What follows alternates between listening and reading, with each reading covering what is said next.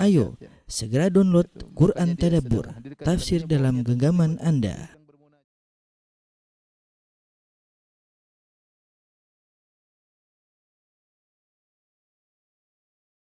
Bismillahirrahmanirrahim. Assalamualaikum warahmatullahi wabarakatuh. Alhamdulillahi ala ihsanihi wa syukru lahu ala taufiqihi wa amtinani. Asyhadu an la ilaha illallah wahdahu la syarika lahu ta'ziman li sya'ni wa asyhadu anna Muhammadan abduhu wa rasuluhu da'ala ridwani. Allahumma salli alaihi wa ala alihi wa ashabihi wa ikhwani.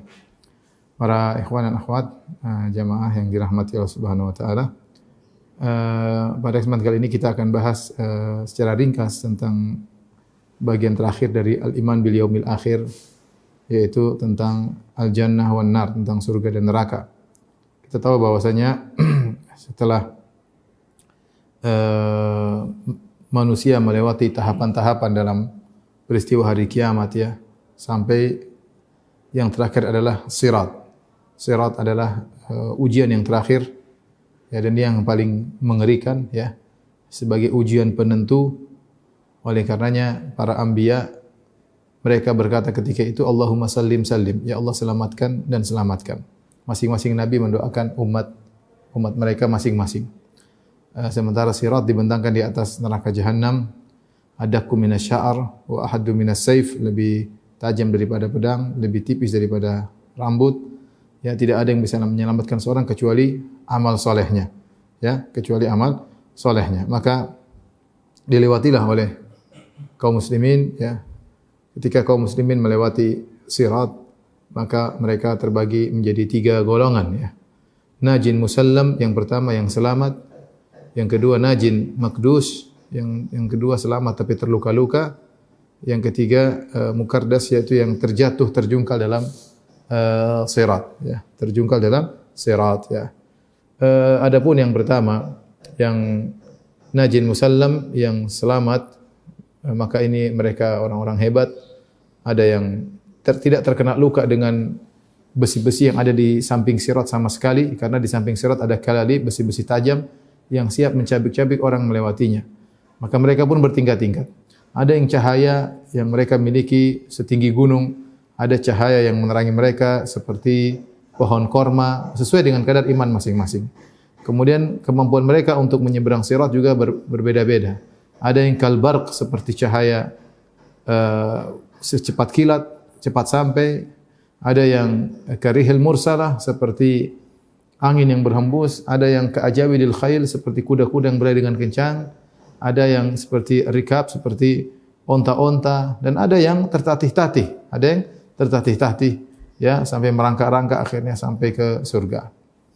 Di antara mereka yang kedua, yang selamat tapi terluka. Selamat tapi terluka, yaitu maksudnya ketika mereka lewat, tubuh mereka tercabik-cabik oleh besi-besi tajam, kalalib wa khatatif, hasakah, yaitu nama-nama besi-besi tajam yang ada di sekitar sirat, mencabik-cabik tubuhnya, terluka, tetapi dia selamat. Artinya dia dibersihkan dosa-dosanya di atas sirat, karena dosa-dosanya tidak mengharuskan dia masuk neraka, tapi cukup diazab di atas sirat. Namun akhirnya dia selamat. Yang ketiga, yaitu yang terjungkal dalam neraka jahanam, yang dosa-dosanya membuat dia akhir terjungkal dalam neraka jahanam. Setelah manusia semua yang berhasil lolos sampai setelah sirat, maka mereka dikumpulkan di suatu jembatan yang namanya qantarah. Disitulah mereka dikumpulkan, kemudian dikisos satu dengan yang lainnya. Kata Syekh Utsaimin rahimahullah, yaitu dikisos antara kaum mukminin untuk menghilangkan kedengkian, kejengkelan yang masih tersisa dalam dada mereka, ya, yang masih belum selesai tatkala di padang mahsyar. Maka mereka harus dibersihkan agar mereka mau surga dalam kondisi dada-dada mereka bersih. Sebagaimana firman Allah Subhanahu wa taala, "Wa naza'na ma fi sudurihim min ghillin wa naza'na ma fi sudurihim min ghillin tajri min tahtihimul anhar. Wa qalu alhamdulillahilladzi hadana li hadza wa ma kunna linahtadiya laula an hadana Allah." Maka kami pun cabut kedengkian, kejengkelan, kedongkolan dari hati-hati mereka. Bersihlah. Ya, semua hal yang berkaitan dengan penyakit hati Allah cabut dari orang-orang yang akan masuk surga. Sehingga ketika mereka masuk surga, kata para malaikat, tibtum fadkhuluha khalidin. Maksudlah kalian dalam kondisi tibtum, yaitu suci bersih, tidak ada kotoran sama sekali, tidak ada keburukan sama sekali. Kemudian mereka masuk ke ke dalam surga. Ya. Inilah penghujung daripada kisah manusia. Kata Allah Subhanahu wa taala, fariqun fil jannah wa fariqun fis sa'ir. Di antara mereka ada yang sekelompok masuk surga dan sekelompok masuk neraka. Dan tidak seorang pun dari kita yang tahu kita termasuk kelompok yang mana.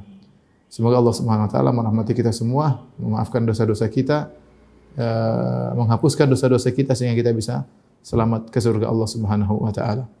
Oleh karenanya sekarang waktunya kita berjuang dan berjuang. Ketika ada seorang datang kepada Al-Imam Ahmad rahimahullahu taala, ya. Dia datang kepada Imam Ahmad, kemudian dia bertanya kepada Imam Ahmad, ya. Dia mengatakan, "Mata ya yajidul abdu ta'mar roha." Jadi dia mengatakan, "Ya Abu Abdullah qasadtuka min Khurasan as'aluk." Wahai Abu Abdullah, wahai Imam Ahmad, aku datang dari jauh-jauh dari Khurasan, datang kepada engkau di Baghdad untuk bertanya kepada engkau. Kata Imam Ahmad, "Sal, tanyalah." Sudah safar jauh-jauh. Pertanyaannya sangat sederhana, "Mata yajidul abdu ta'mar roha?" Kapan seorang bisa merasakan istirahat? Kapan dia istirahat? Maka Imam Ahmad berkata, "Inda awali qadamin yadha'uha fil jannah." Tatkala dia meletakkan kakinya yang pertama kali di surga, itu saatnya dia istirahat. Kalau kakinya sudah masuk di surga, selesai. Sudah tidak ada lagi keletihan, tidak ada lagi kekhawatiran, tidak ada lagi semua keletihan hilang seketika itu ketika seorang meletakkan kakinya di surga. Selama kita belum meletakkan kita di surga, maka hidup ini ujian. Di atas muka bumi ujian, di alam barzakh di ujian, di padang mahsyar lagi lebih dahsyat ujiannya. Seorang menghadapinya dengan penuh kesabaran, ya. Dan Rasulullah SAW menyatakan dalam hadis, "Huffatil jannatu bil makarih, wa huffatin nar bi syahwat." Sungguhnya surga diliputi dengan perkara yang dibenci dan neraka diliputi dengan perkara yang dicintai oleh syahwat. Ini isyarat bahwasanya masuk surga harus melakukan hal-hal yang dibenci, yang syahwat tidak suka, jiwa tidak suka. Kalau masuk neraka, silakan melakukan hal-hal yang dicintai oleh syahwat. Mudah, tinggal mengumbar pandangan, tinggal ngomong seenaknya, tinggal jalan seenaknya, tinggal menghamburkan uang seenaknya, langsung direct masuk ke neraka jahanam. Tapi kalau masuk surga, perjuangan. Tidak boleh ini, tidak boleh anu, tundukkan pandangan, jaga mulut, jaga tulisan, jaga hati, ya, perjuangan. Sementara mulut ingin berkata-kata, ya, tangan ingin berkomentar, ingin menulis, lisan ingin berbicara, mata ingin terlepas melihat apa yang dia sukai, telinga ini mendengar hal-hal yang lezat bagi dirinya, tapi dia tahan semuanya, ya. Ya, kata Allah Subhanahu wa taala, "Wa amma man tagha fa athara al-hayata ad-dunya fa innal jahima hiyal ma'wa wa amma man khafa maqama rabbih wa naha an-nafsa 'anil hawa fa innal jannata hiyal ma'wa." Adapun seorang berlebihan, ya, dan lebih mendahulukan kehidupan dunia daripada akhiratnya, fa innal jahima hiyal ma'wa, sungguhnya neraka jahanam tempat kembalinya. Wa amma man khafa maqama rabbih, adapun orang yang takut dengan agungnya Rabbnya, wa nahan nafsa 'anil hawa, dia tahan hawa nafsunya, jiwanya dia tahan untuk tidak mengikuti hawa nafsunya, ya. Fa innal jannata hiyal ma'wa, sungguhnya surga adalah tempat kembalinya. Baik, ikhwan dan akhwat, para muslim yang dirahmati Allah Subhanahu wa taala, di Oman, di Abu Dhabi maupun yang di lainnya, kita akan bicara singkat tentang al-jannah wan nar. Tentunya saya tidak akan berbicara panjang lebar, adapun panjang lebar akan saya bicarakan dalam syarah al-aqidah al-wasithiyah. Tapi maksud saya pada kesempatan ini adalah menjelaskan dengan ringkas tentang akidah tentang surga dan neraka. Baik, di antara hal yang perlu kita ketahui bahwasanya surga dan neraka, kata para ulama, maujudatan, sudah ada. Neraka sudah ada, surga sudah ada. Allah sudah menciptakan keduanya, ya. Makanya Allah mengatakan tentang neraka, wa iddatil kafirin. Allah siapkan neraka bagi orang-orang yang kafir. Tentang surga kata Allah Subhanahu wa taala, wa iddat lil ladzina amanu billahi wa rusulih. Adapun surga Allah siapkan bagi orang yang beriman kepada Allah dan rasulnya, ya. Oleh karenanya dampak dari keberadaan surga sudah dirasakan. Seperti misalnya orang tatkala dikubur dalam alam barzakh, maka diperlihatkan tempat duduknya di surga. Maka akan sampai dari angin surga sampai kepada dia. Sementara di dalam alam barzakh, entah bagaimana kita enggak tahu, ini alam gaib, kita tidak tahu. Kemudian juga arwahul mukminin, sungguhnya roh-roh kaum beriman berterbangan, ya, di surga, ya, seperti burung yang masuk ke areal surga tetapi mereka tidak bisa jasadnya belum karena jasadnya belum dibangkitkan. Jadi mereka merasakan nikmat surga di antaranya dengan roh-roh tersebut seperti burung berjalan-jalan di taman-taman surga. Demikian juga neraka jahanam. Ya, ada dampaknya itu ketika seorang dimasukkan dalam alam barzakh kemudian dia diadab akan diperlihatkan kaplingannya di neraka jahanam dan sampai kepada dia panasnya dari angin neraka jahanam sampai kepada dia sementara dia berada dalam alam barzakh, dalam alam barzakh. Dan Rasulullah SAW pernah diperlihatkan tentang neraka jahanam sebagaimana Rasulullah SAW juga pernah diperlihatkan tentang surga. Jadi surga dan neraka sudah ada ya. Adapun sifat-sifat surga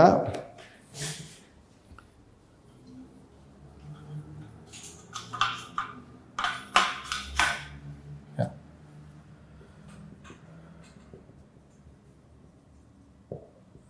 Sifat-sifat surga ya. Ditinjau dari nama ya, nama surga ya. Nama surga banyak ya. Namanya Al-Jannah. Artinya kalau bahasa Indonesia artinya taman ya. Namanya Al-Firdaus. Firdaus ini kebun yang lebat dengan berbagai macam ya buah-buahan kebun yang lebat, taman yang lebat dengan berbagai macam tumbuhan ya. Kemudian namanya Jannatu Aden. Jannatu Aden maksudnya kekal, Aden maksudnya kekal abadi. Ya. Kemudian ada namanya Jannatun Naim.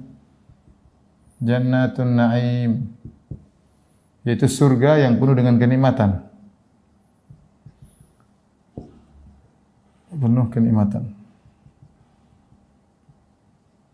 Kenapa disebut Jannatun Naim, surga penuh kenikmatan? Karena di surga semuanya kenikmatan. Makanya Allah berfirman, "Fa idza wa idza ra'aita thamma ra'aita na'iman wa mulkan kabira." Kalau kau melihat di surga, kau akan melihat kenikmatan. Dimanapun kita arahkan pandangan kita, isinya adalah nikmat. Dimanapun kita arahkan pandangan, melihat ke atas, melihat ke kanan, ke kiri, ke bawah, semuanya penuh dengan nikmat. Sekeliling tubuh kita isinya nikmat, dari atas, dari bawah, diliputi dengan kenikmatan. Maka disebut dengan Jannatun Naim. Disebut juga dalam sebagai riwayat Tuba. Tuba ini pendapat Ibnu Abbas di antara nama surah Tuba. Tuba itu artinya yang terbaik ya. Bahwasanya ini adalah balasan yang terbaik bagi seseorang. Al-Jannah, ada Al-Firdaus, ada nama juga Al-Husna di antara nama surga Al-Husna ya. Ini di antara nama-nama surga ya. Adapun sifat-sifat surga ya, tentu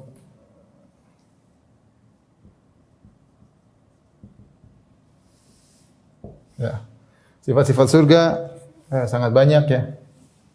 Di antaranya surga ditinjau dari misalnya pohonnya ya.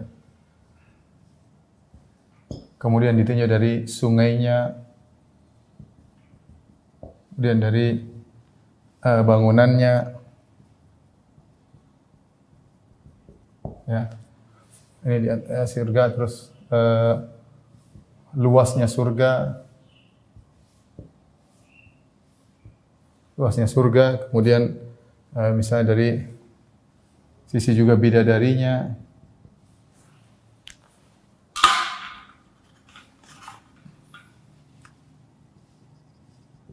Ya, banyak yang mau dari pelayannya,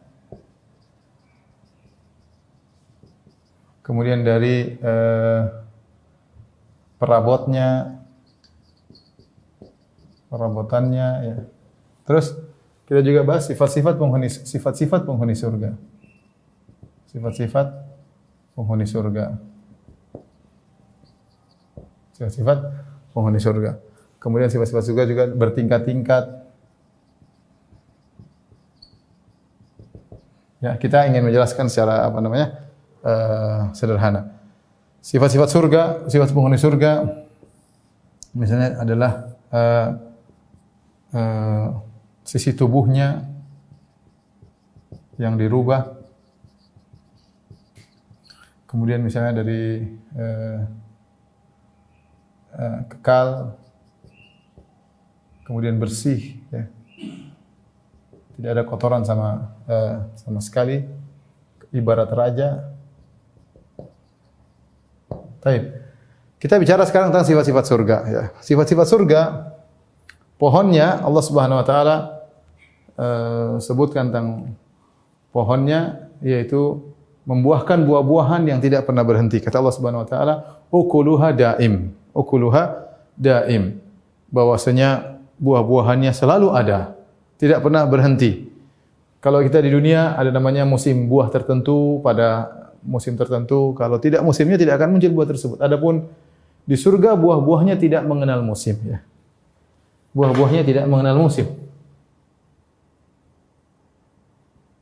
Selalu ada. Ya, tidak mengenal musim. Kemudian di antaranya misalnya kata Allah Subhanahu wa taala, kutufuha daniyah, dahannya rendah. Dahannya rendah. Jadi kalau seorang ingin makan buah, buahnya datang sendiri. Kemudian dia tinggal petik buah tersebut, tinggal dia makan, tidak perlu dia manjat buah-buahan tersebut. Kemudian juga kata Allah Subhanahu wa taala, zilluha yaitu naungannya panjang, tidak berhenti. Jadi pohon tersebut kalau berjalan yasirur rakib, ada di surga namanya pohon tuba, syajaratun fil jannah, sebuah pohon yang kemudian kalau orang berjalan di bawah naungannya sampai 100 tahun mungkin enggak berhenti-berhenti, saking naungannya tidak ada ujungnya, ya, saking lebarnya pohon tersebut. Kemudian di antaranya juga wasaquha min dzahab. Kata Nabi sallallahu alaihi wasallam, batangnya dari emas. Batangnya dari emas. Ya, ini sudah menunjukkan bahwasanya surga berbeda dengan pohon dengan dunia, dengan pohon di surga tentu berbeda, ya. Contoh lagi kita bicara tentang perabotan. Perabotannya dari emas, ya. Cawannya, kemudian piringnya, ya, gelasnya, ya. Semuanya dari emas dan perak, ya. Sampai kata Allah, ya, jadi kata Nabi sallallahu alaihi wasallam, "Wala ta'kulu min aniyati dzahabi wal fiddah." Janganlah kalian makan dari piring-piring atau dari gelas dari emas dan perak. Kenapa? Kata Nabi sallallahu alaihi wasallam, "Aniyatu ahlil jannah." Karena piring dan gelas perak itu adalah untuk di surga. Oleh kita tahu bahwasanya cawan, piring, gelas semuanya di surga terbuat dari emas dan perak. Bahkan dalam sebagian ayat kata Allah Subhanahu wa taala tentang cawan surga, kata Allah Subhanahu wa taala, qawarira min fiddatin, kata Allah, qawarira min fiddatin. Yang artinya apa? Gelas dari perak. Yang kita tahu namanya gelas itu bukan dari perak, gelas dari kaca. Dan namanya kita tahu gelas itu bening. Gelas itu bening. Perak enggak bening. Namanya perak, dia logam, dia pasti tidak bening. Tapi Allah kabarkan dalam surga, ternyata gelas dari perak, peraknya bening, bisa kelihatan isi dalamnya. Ini tidak ada unsurnya di dunia sekarang ini. Yang dia perak tapi dia bening, tapi di surga nanti ada. Tapi kita bicara tentang sungainya, ya. Sungainya, maka Nabi SAW mengatakan, fiha anharun min ma'in ghairi asin. Sungai air segar. Wa anharun min laban lam taghayyar ta'muh. Dari sungai air susu.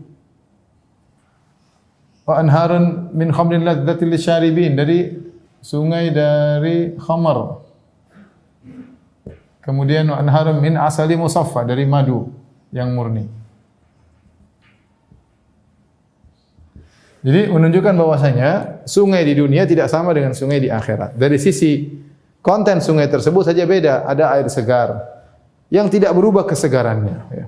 Kemudian air segarnya kayak apa, Allah alam bisawab. Kemudian lihat dari air susu. Air susu pun sungai isinya air susu. Ya, di dunia tidak ada seorang kalau mandi susu harus bayar mahal, tapi di surga ada sungai dari air susu. Kemudian juga ada sungai khamar. Khamar, bayangkan, sungai isinya khamar. Kemudian ada sungai isinya madu yang murni, yang tidak tercampur dengan kotoran-kotoran. Kemudian Allah Subhanahu wa taala, Nabi dalam sebagian salah mengatakan sungai mengalir tanpa lubang. Anharun tajri min ghairi ukhdud. Mengalir tanpa lubang. Tanpa khandak, tanpa parit ya. Dia mengalir di atas. Kalau kita di dunia namanya sungai, harus ada lubangnya baru kemudian mengalir. Tapi kata di sana kata para salaf, anharun tajri min ghairi ukhdud. Ada sungai-sungai yang mengalir tanpa ada lubangnya. Kemudian juga di sungai ada sungai selain sungai ada mata air, uyun. Mata-mata air ya, ini juga banyak ya. Yufajjirunaha tafjira, sungai mata air dikeluarkan terserah seorang penghuni surga misalnya ingin mata air keluar di depan rumahnya maka keluar mata air yang begitu indah. Dia ingin jalan kemudian ingin keluar mata air di mana dia tunjuk bisa keluar mata air. Entah bagaimana urusan Allah Subhanahu wa taala. Tapi kita bicara pelayannya. Pelayannya Nabi sallallahu alaihi wasallam sebutkan sifat-sifat pelayannya adalah anak kecil atau remaja. Anak-anak kecil. Kemudian giat tersebar. Kemudian putih ya. Putih kulitnya. Seperti kata Allah Subhanahu wa taala, "Wa yatufu 'alaihim wildanun mukhalladun." Berkeliling di sekitar mereka para pelayan-pelayan yang mereka wildan, anak-anak kecil.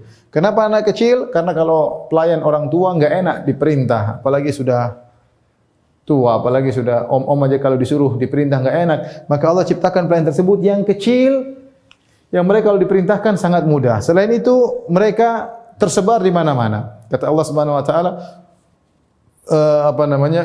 lu'lu'an mansura.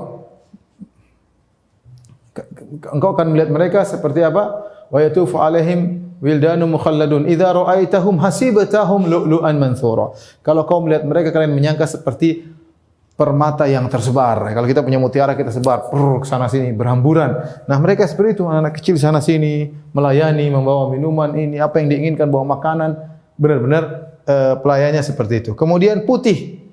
Kata Allah Subhanahu wa taala, "Wa yatufu 'alaihim ghilmanun lahum ka'annahum lu'lu'um maknun." Sungguhnya berkeliling di sekitar mereka pelayan-pelayan yang mereka ka'annahum lu'lu'um maknun seperti mutiara yang tersimpan dalam cangkangnya. Jadi putih bersih. Anak tersebut putih bersih. Kata para ulama, jika pelayannya saja putih bersih, tidak terkontaminasi dengan kotoran-kotoran apapun, putih bersih apalagi raja yang dia layani, apalagi penghuni surganya. Jadi pelayannya aja luar biasa. Bangunannya kata Nabi sallallahu alaihi wasallam, labinatun min dzahab labinatun min fiddah. Itu bata emas, bata perak. Semennya dari al-miskul adfar, semennya misik. Ya, kemudian turbatuh za'faran, tanahnya za'faran. Za'faran. Kemudian nasba'uha kerikilnya dari apa? Kerikil dari permata. Ya, ini ciri-ciri bangunan ada di surga. Batanya terbuat emas, kata Nabi, labinatun min fiddah, terbuat dari emas. Emasnya emas apa? Wallah, tidak sama dengan emas dunia.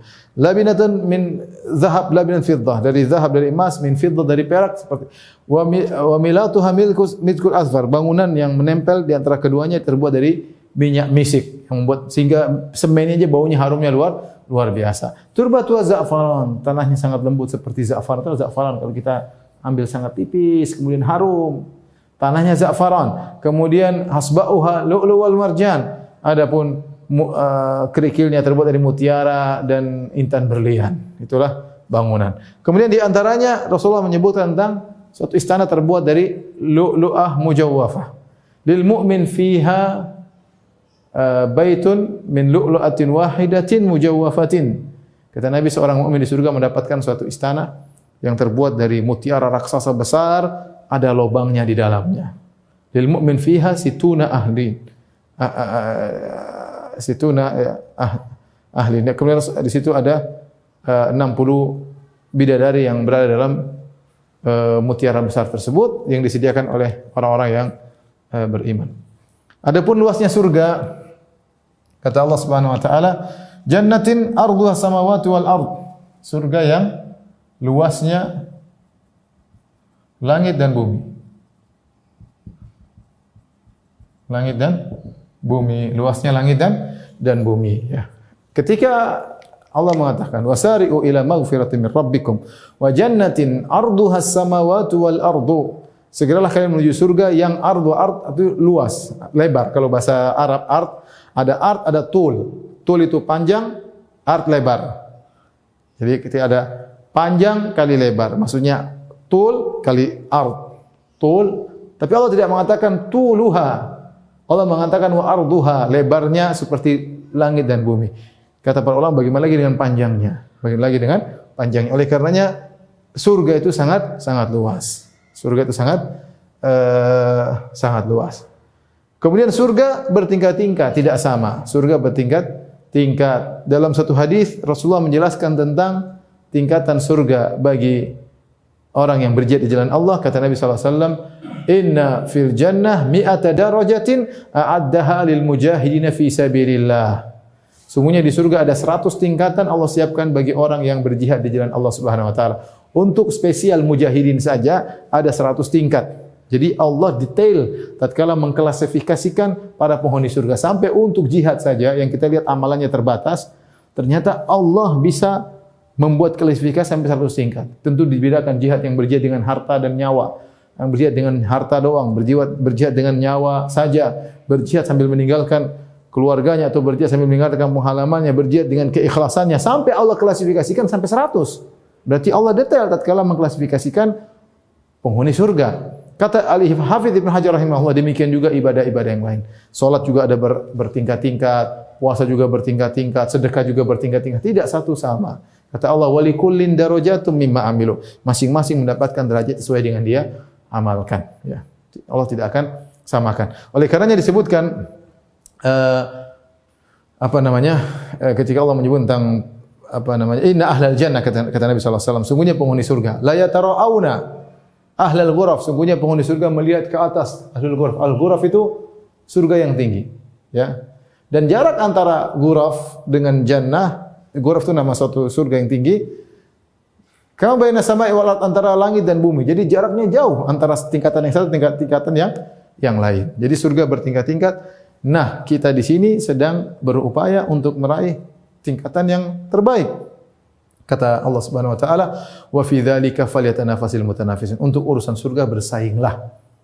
Bersainglah, kita harus kejar-kejaran mumpung masih hidup, masih bisa bernapas, masih bisa berzikir, masih bisa Quran, masih punya duit untuk bersedekah, masih bisa buat orang tua senang, masih bisa menyenangkan orang tua, menyenangkan istri, menyenangkan anak-anak, masih bisa menyenangkan kawan, ya. Masih bisa baca Quran, masih bisa salat malam. Masih banyak bisa kita lakukan, masih bisa mengucapkan astagfirullah, astagfirullah, astagfirullah, wa atubu ilaik, masih bisa mengucapkan subhanallah, alhamdulillah. Masih bisa buka mushaf, kita masih bisa baca, masih bisa perhatian sama tangga. Terus bersaing, kata Allah. Wa fi dzalika falyatanafasil mutanafisun. Untuk urusan surga bersainglah. Makanya jangan pernah meremehkan kebaikan. La tahqiranna minal ma'rufi syai'an. Jangan kalian meremehkan kebaikan sedikit pun, walau antalqa akhaka biwajhin talib. Meskipun hanya tersenyum ketika bertemu saudara. Ittaqun nar walau bisyikki tamrah. Jagalah dirimu dari neraka meskipun hanya menyumbang sepenggal korma.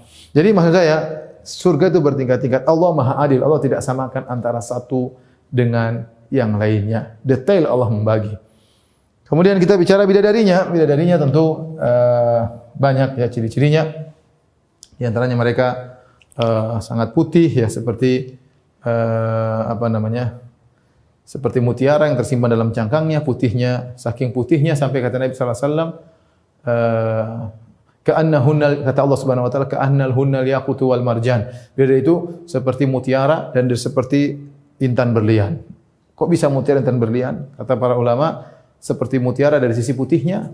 Yang mutiara putih tidak ada titik-titik hitamnya, tidak ada tai lalat di mutiaranya, tidak ada bercak-bercak merahnya, putih bersih, mulus, tidak ada bercaknya sama sekali. Kemudian al-yaqut seperti intan berlian dari sisi beningnya. Saking putihnya kata Nabi sallallahu alaihi wasallam, yura bayadu saqaiha min wara'il lahmi min wara'i sab'ina hullah. Sungguh terlihat betisnya bidadari di balik 70 gaun, Meskipun dia sudah pakai gaun 70, masih terlihat putihnya betisnya bidadari. Kemudian saking beningnya tubuhnya sampai kata Nabi sallallahu alaihi wasallam, yura mukhu saqaiha min wara'il lahmi minal muhsnin, sampai saking beningnya tubuhnya, sampai tulang sumsumnya atau isi sumsumnya di dalam tulang terlihat di balik dagingnya. Kenapa saking indahnya kata Nabi? Kita enggak bisa bayangkan tentang bidadari. Kalau kita bayangkan ada manusia terlihat sumsumnya mengerikan. Ini mengerikan, maka kita lihat orang kelihatan tulangnya mengerikan. Tapi bidadari tidak, saking indahnya kata Nabi SAW, terlihat sumsumnya, Allah bikin mereka luar biasa seperti itu. Terlihat sumsumnya di balik dagingnya, saking indahnya kata Nabi SAW. Oleh karena bidadari diciptakan tanpa dari proses. Inna ansha'nahunna insya'a. Kami ciptakan bidadari langsung besar. Faja'alnahunna abakaran, tidak melewati kecil, ingusan, beol-beol. Punya enggak langsung tahu-tahu udah gede, udah jadi wanita-wanita gadis yang cantik-cantik. Faja'alnahunna abakaran, kami jadikan mereka selalu gadis. Bidadari di antara sifat mulazimah yang selalu ada pada dirinya, tidak pernah terlepas, selalu gadis. Kapan digauli oleh penghuni surga, kembali lagi menjadi gadis dan seterusnya. Kemudian umurnya selalu muda, ya, uruban atraba, senantiasa muda, umur sekitar 33 tahun, di puncak-puncak mudanya, di puncak-puncak giatnya, bidadari diciptakan seperti di antara sifat bidadari, kata Allah Subhanahu wa taala, qasiratut tarf, mereka menundukkan pandangan. Mereka menundukkan pandangan, di antaranya mereka tidak pernah melihat lelaki lain, yang mereka lihat hanyalah penghuni surga, sehingga itulah yang paling mereka cintai. Adapun kalau wanita sudah melirik kepada laki lain, sudah melirik kepada suami orang, maka jatuhlah harga diri suaminya. Kalau dia mulai membandingkan, melakukan studi banding antara suaminya dengan laki-laki lain, maka suaminya pasti punya kekurangan. Berbeda dengan istri yang tidak pernah memandang kecuali suaminya. Itulah bidadari. Mereka diciptakan hanya untuk memandang Anda kalau Anda masuk surga. Tidak mau lihat-lihat yang lain.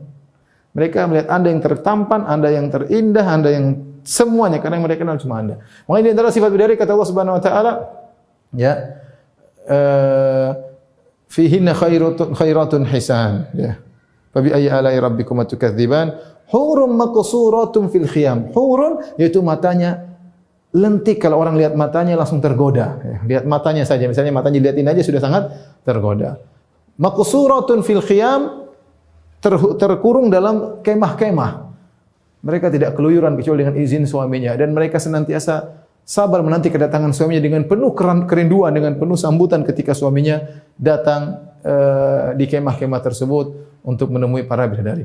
Saking indahnya bidadari, maka Nabi SAW memberikan sifat umum. Kata Nabi SAW, "Lau anna imra'atan min ahli jannah italat ala ahli dunya, la adha'at ma bainahuma, wa la malamat bainahuma rihan, wa la nasifuha ala ra'siha wala nasifuha ala ra'siha khairum minad dunya wa fiha." Kata Nabi SAW, sungguhnya jika ada seorang wanita surga nongol di atas muka bumi, maka akan menyinari antara langit dan bumi. Seandainya di atas muka bumi lagi gelap gulita, lampu semua mati, PLN semua mati, tahu-tahu bidadari muncul, cering, maka antara langit dan bumi keluar cahaya, ya, dari indahnya bidadari tersebut. Bukan cuma itu, wala mala'at ma bainahuma riha, bahkan kemudian aroma semerbak memenuhi seluruh langit dan bumi. Kata Nabi, wala nasifu ala ra'siha, khimarnya, kerudungnya di atas kepalanya lebih baik daripada dunia dan seisinya. Baru kalau kerudungnya lebih baik daripada dunia dan seisinya, apalagi bibirnya, apalagi pipinya, apalagi hidungnya, baru kerudungnya lebih indah daripada dunia dan seisinya, apalagi tubuh bidadari tersebut. Ya, ini secara global tentang surga. Adapun penghuni surga, tentunya tubuhnya dirubah. Kata Nabi SAW, semua penghuni surga masuk dalam surga ala surati abihim, sesuai dengan bentuk ayah mereka, yaitu Adam. Tuluhu situna dzira'an, tingginya 60 hasta. Satu hasta segini. Ini satu hasta kira-kira 70 apa? Satu hasta segini kira-kira 70 cm. Kalau 60 kira-kira 50 meter. Kira-kira 50 meter tinggi penghuni surga. Kemudian pertama kali mereka masuk, wujuhum kal qamar, seperti rembulan, jadi tampan. Jadi tampan, orang surga semua jadi tampan, enak dipandang seperti rembulan yang bersinar. Maka kata para ulama, wajah mereka tetap, kekhasannya tetap ada, tapi wajahnya dimodif oleh Allah menjadi wajah-wajah yang tampan. Diciptakan jadi muda, ya. Tubuhnya dirubah, kemudian selalu muda. Makanya ketika ada seorang nenek bertanya, "Ya Rasulullah, doakan aku masuk." Kata Nabi sallallahu alaihi wasallam, "Laisa fil jannati ajuz." Sungguhnya di surga tidak ada nenek tua. Orang ini kaget, dia sudah tua, kata Nabi sallallahu alaihi wasallam. Maka Nabi menjelaskan, setiap orang yang masuk surga dijadikan muda oleh Allah Subhanahu wa taala, umur sekitar 33 tahun. Jadi anti nenek-nenek jangan sedih. Mungkin bapak-bapak, kakek-kakek yang sudah peot, jangan sedih kalau masuk surga masih ada waktu untuk berzikir, beribadah kepada Allah. Masuk surga nanti jadi mudah kembali. Kemudian kekal, tidak ada mati sama sekali, kemudian bersih, kemudian tidak ada letih, tidak ada khawatir, sedih, khawatir, ini hilang semua. Tidak ada sedih, tidak ada letih, tidak ada khawatir. Ya, la yamassuna fiha nasabun wa la yamassuna fiha lughub. Kami di surga tidak ada capek, tidak ada letih. Ketika beraktivitas tidak letih, ketika setelah beraktivitas juga tidak letih. Semangat selalu. Makanya penghuni surga tidak tidur, karena tidur adalah buah daripada keletihan. Letih baru tidur. Penghuni surga enggak ada yang tidur. Semuanya beraktivitas. Karena kalau orang tidur berarti off daripada kenikmatan. Lagi off, makanya tidur dulu. Padahal di surga tidak boleh off. Selalu berpindah satu nikmat kepada nikmat yang lain. Tidak ada sedih, tidak ada khawatir. Inilah ciri penghuni surga, senantiasa bahagia dan mereka ibarat raja. Bagaimana tidak seperti raja? Ternyata kekuasaan mereka, kata Nabi dalam satu hadis, Allah berkata kepada penghuni surga, "Fa innalaka mithlu dunya fa innalaka mithla dunya wa asyrata amsalihha." Sungguhnya kau punya kekuasaan di surga seperti dunia, bahkan 10 kali lipat. Seorang punya kekuasaan dunia 10 kali lipat seperti dunia, di surga luar biasa, benar-benar raja, bukan raja-rajaan. Dan semuanya tunduk kepada dia punya bidadari banyak, dia punya anak buah banyak, dia punya istana banyak.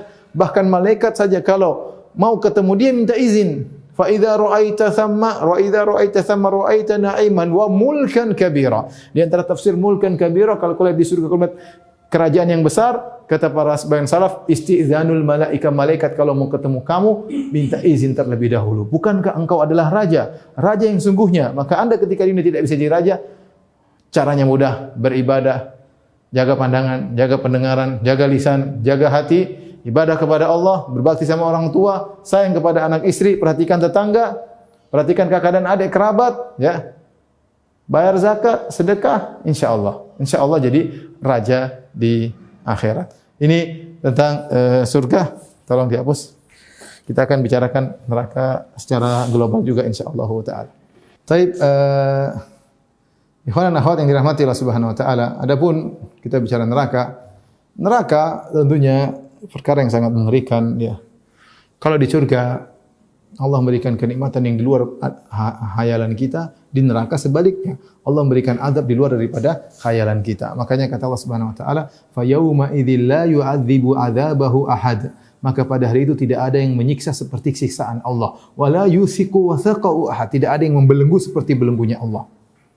Mengerikan. Kita membayangkan siksaan sehebat apapun, seperti kalau kita bicara katanya PKI menyiksa dengan itu masih kecil, enggak ada apa-apanya. Mau kita bayangkan sesadis-sadis apapun, mungkin kulit dirobek, dikasih air jeruk dan macam-macam, tidak akan menyamai bagaimana siksaan Allah Subhanahu wa taala. Syadidul iqab, di antara nama Allah adalah kalau sudah menghukum sangat keras hukuman Allah Subhanahu wa taala. Makanya Allah berfirman, "Fa anzartukum naran talazza." Maka aku ingatkan kepada kalian tentang api neraka yang menyala-nyala. Baik, kita bicara secara ringkas juga tentang neraka Jahannam.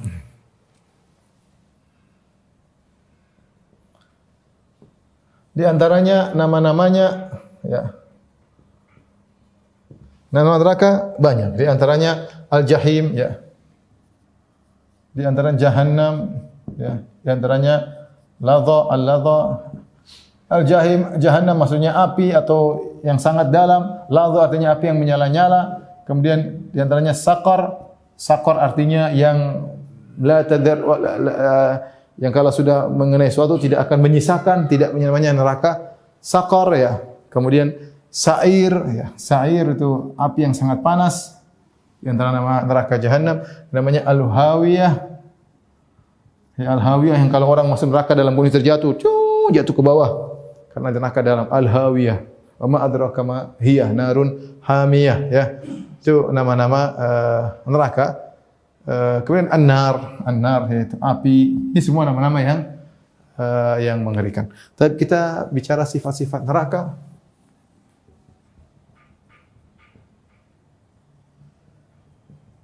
Sama sifat-sifat penghuni neraka.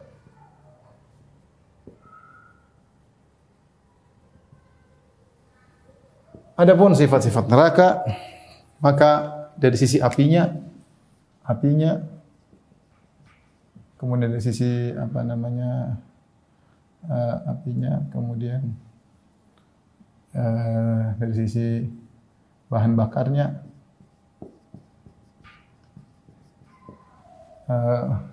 kemudian dari sisi pintu-pintunya, kemudian antaranya makanannya, minumannya,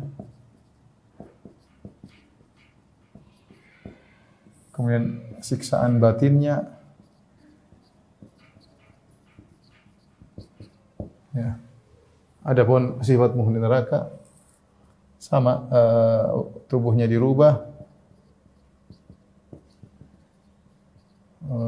kemudian kekal abadi, ya. Di antara sifat-sifat penghuni neraka jahanam. Taib. Adapun kita bicara sifat neraka, maka apinya sangat panas. Bahkan disebutkan bahwasanya api di neraka 70 kali lipat dari api dunia. Allah alam api dunia maksudnya api yang biasa atau api yang paling panas di dunia. Kemudian juga angka 70, api saja yang sekarang kita enggak kuat, apalagi 70 kali lipat Allah membakar dengan panas. Kemudian jadi apinya sangat panas. Sangat panas. Makanya Allah mengatakan narun hamiyah, api yang dipanaskan. Sudah dia namanya api, dipanaskan lagi. Narun hamiyah, api yang dipanaskan. Kemudian selain sangat panas, kemudian kalau bakar langsung masuk jantung. Langsung menembus jantung.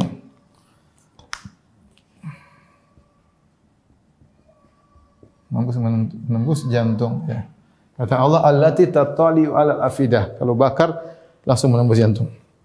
Beda kalau api dunia kalau kita bakar bagian luar dulu kebakar baru bagian dalam. Adapun api neraka tidak. Begitu dia bakar langsung luar dalam. Begitu bakar manusia langsung luar dalam saking panasnya api tersebut. Kemudian api tersebut juga menyerang dari atas bawah. Dari atas bawah. Mengepung. Kata Allah, ahata bihim suradikuha, bahwasanya nyala apinya mengepung mereka, tidak bisa keluar, semua isinya api.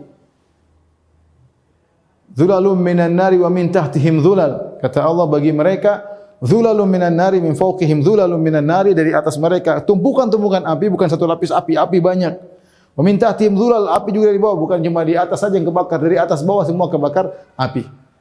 Dari atas bawah semua dibakar oleh api, ya. Apinya mengepung dari atas dan bawah. Dan ini menunjukkan dahsyatnya api neraka jahanam. Bahkan asapnya, Allah sebut tentang asapnya juga mengerikan, ya.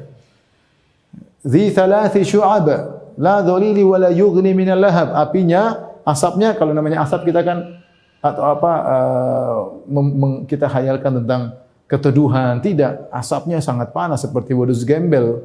Kita tahu wadus gembel keluarkan panas luar biasa. Asapnya saja panas, apalagi apinya. Bahan bakarnya ada manusia, ada batu, ya, ada batu.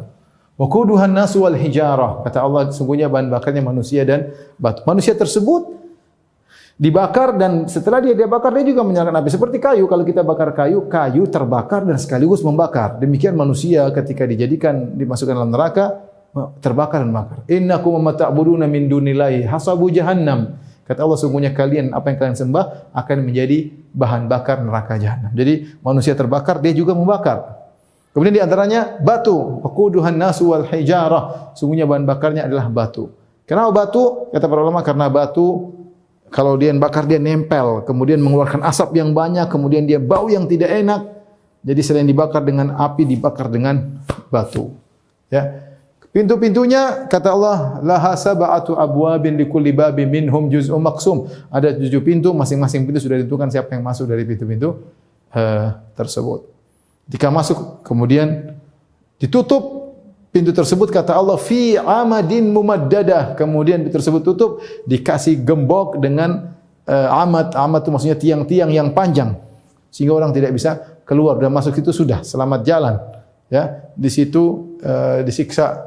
Kemudian makanannya, ada minuman. Di antara makan ada namanya zakum. Zakum, kata Nabi sallallahu alaihi wasallam, "Law anna qatratan minaz zakum qatarat ala ahli al-ardi la afsadat alaihim ma'aishahum. Seandainya ada satu tetes buah zakum turun ke atas muka bumi, maka semua kehidupan manusia akan rusak. Bagaimana lagi? Fa kaifa biman la yakunu ta'amuhu, ya. Biman yakunu ta'am. Bagaimana dengan orang yang dia bukan cuma dapat tetesannya, tapi dia makan buah tersebut, ya. Nabi menggambarkan kalau ada tetesan dari buah zakum jatuh ke atas muka bumi, orang enggak bisa hidup saking baunya.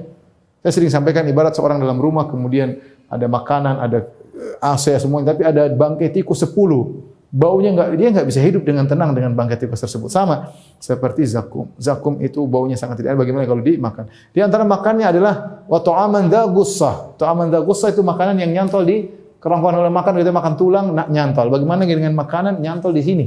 Enggak bisa turun, menderita sakit. Wa ta'aman dza gussatin.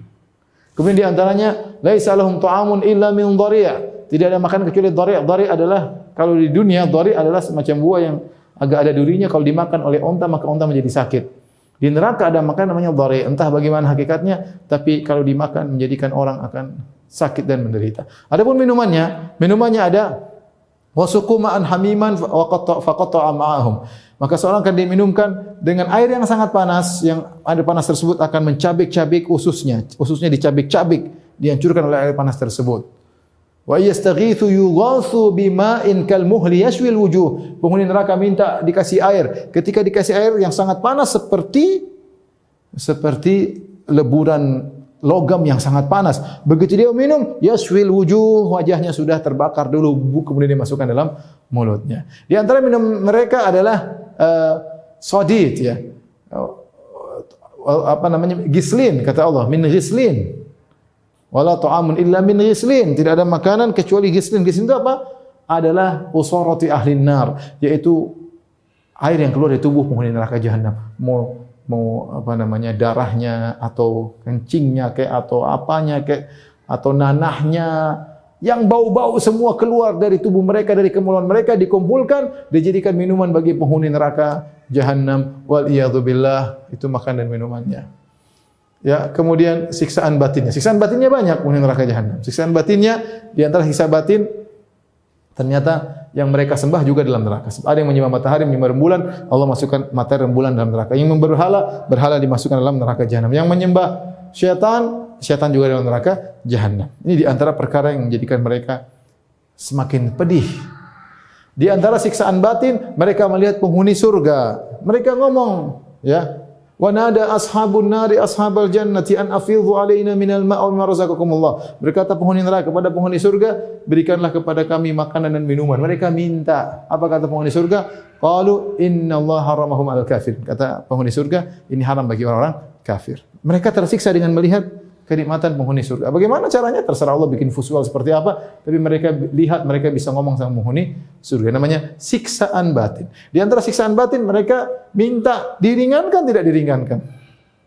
Berilah keringanan.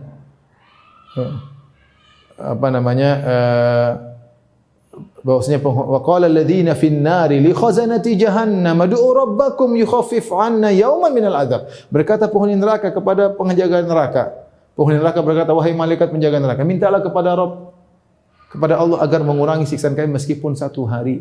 Tidak ada. Mereka minta mati. Wa nadaw ya Malik liyaqdi 'alaina rabbuk. Wahai penjaga neraka Malik, mintalah kepada Tuhan agar matikan kami enggak kuat siksa seperti ini. Innakum makithun, kata malaikat Malik, enggak situ selama-lamanya. Bukan cuma itu, siksaan mereka bertambah-tambah. Fadzuku falan nazidakum illa adzaba.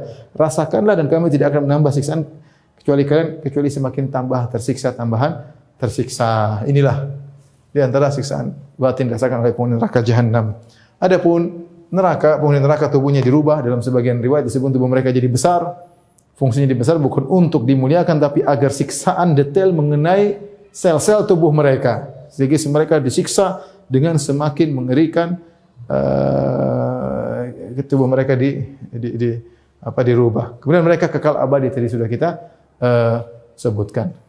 Setiap kali tubuh mereka hangus, Allah ganti dengan yang baru. Kata Allah, kullama nadijat juluduhum baddalnahum juludan ghairaha liyadzuqul adzab. Setiap kali kulit mereka hangus, Allah ganti dengan kulit yang baru agar mereka merasakan azab ini berlangsung selama-lamanya bagi orang yang kafir kepada Allah Subhanahu wa taala yang mendahulukan kenikmatan dunia yang sementara kemudian merasakan siksaan abadi yang selama-lamanya.